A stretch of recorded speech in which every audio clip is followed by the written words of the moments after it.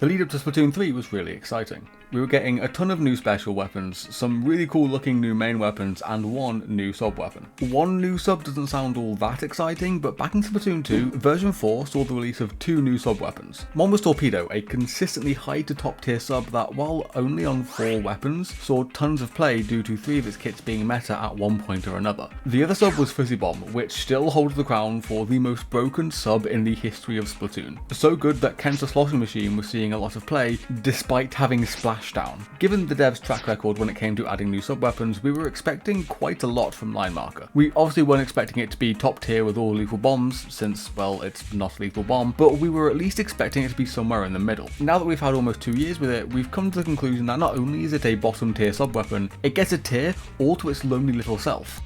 So how did this happen? So to understand why, it's probably worth asking, why even have a sub weapon in the first place? And this is going somewhere, I promise. So a kit is made up of 3 separate weapons: a main weapon, sub weapon, and special weapon. Going forward, I'm going to pretend that special weapons don't exist because they're not important to the point I'm trying to make. The thing that's most important though is the main weapon. It's the weapon you're going to be using for like 90% of the game. They're your bread and butter. Because of this, they're designed to be useful in most situations by having some amount of damage and paint. So weapons designed to paint still have options to fight and deal damage, and vice versa. Even Aerospray, the go-to paint weapon, still has a kill time of 20 frames. Some weapons are better at being generalists than others, of course, but my point here is that by design, main weapons need to be able to handle whatever situation your average Splatoon game will throw at you. Sub-weapons, on the other hand, just don't care about that. They're not designed to be used all the time. They're not supposed to be your bread and butter, they're sometimes food. And this lets them specialise in certain areas, to provide a very specific utility. Best example of this is always going to be Point Sensor, a sub-weapon dedicated entirely to sensing the points of the enemy team. And that's it, that's all it does. It doesn't need to paint or deal damage because it's a sub-weapon. It was never supposed to. Point Sensor is of course on the extreme end of specialisation. You do get more generalist subs like lethal bombs, but even then, they each have their own unique utility, like sticking to walls or following people around like a lost puppy. Either way, there is one quality that all of these subs share, and this is another part of what makes subs a sometimes weapon, and that is their ink cost. Main weapons are designed to be used all the time, and so generally don't tend to cost too much ink. The most expensive main weapon shot comes from the E-liter at 25% of your ink tank. The cheapest sub weapon in the game, however, comes from our beloved Line Marker at 40% of your ink tank. And yeah, that's a lot. Ink is a resource that you use to interact with the map and the enemy team. It is essentially your do things meter. The less ink you have, the less things you can do. With no ink, you can't do anything. On top of that, if you want to recover ink, you've got to sit there in squid form doing nothing. Basically, using a lot of sub-weapons incurs a lot of downtime, time spent doing nothing. And I feel like this goes without saying, but doing things is important. We want to not only further our own game plans, but provide resistance against the enemy team's game plans. Not doing things is very exploitable, especially as you get to higher skill levels where players can take better and better advantage of smaller and smaller openings. It makes sense that downtime is something you want to minimize as much as possible. So it's genuinely worth asking, what do sub-weapons do to make them worth using despite this? There are 2 main ways they do this.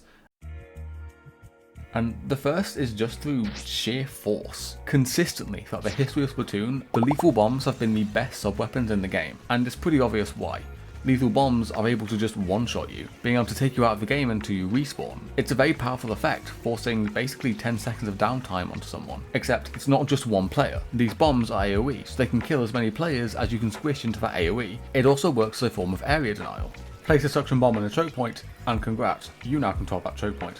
No one on the other team is allowed to cross. That's also ignoring the paint they put down, which is also pretty good. Each specific bomb goes about it in their own way, but lethal bombs, with their high damage, good paint and large AoE, makes them a very strong and versatile tool, well worth their cost in ink. So is Line Marker supported by sheer power? It may initially seem so. The first thing that stands out to me about Line Marker is actually its range, because Marker is the longest range weapon in the game. This thing outranges E-liter. Unfortunately, the thing that makes E-liter's range so scary is that it's able to one-shot you from across the map. Line Marker just doesn't have that same threat. It only deals 40 damage. On a full ink tank, it can do a whopping 80 damage at range. So yeah, range isn't exactly an exploitable aspect of the sub. What makes this worse is that Line Marker is single target. It is the only single target sub weapon in the game. Literally every other sub uses AoE to enhance its effectiveness, but not Line Marker. The moment it hits its target, it stops. While every sub weapon can affect the entire enemy team if things line up, Line marker's effectiveness is limited to one singular player, no matter how much they try to group up. Its only saving grace is that it can be used as a quick combo tool on weapons like Rapid Pro, Recycle Umbrella, or Bucket, except you don't have to use a sub-weapon as a combo tool. You can just shoot them again and save a lot of ink. There is genuine, albeit little, utility to the wall bouncing aspect of it, but every other part of the sub is so weak that it's not worth the opportunity cost of just having a more useful sub. Low power on its own isn't enough to kill a sub-weapon. Point sensor, again, is just another really good example. It literally only marks people in an AoE. No damage, no paint, only marking, yet it's a very middle of the pack sub-weapon. That's because the second way the sub-weapon can redeem itself is through uptime, or just having long lasting effects. Going back to point sensor for a sec, its AoE lasts for 2.5 seconds and the actual mark itself lasts for 8.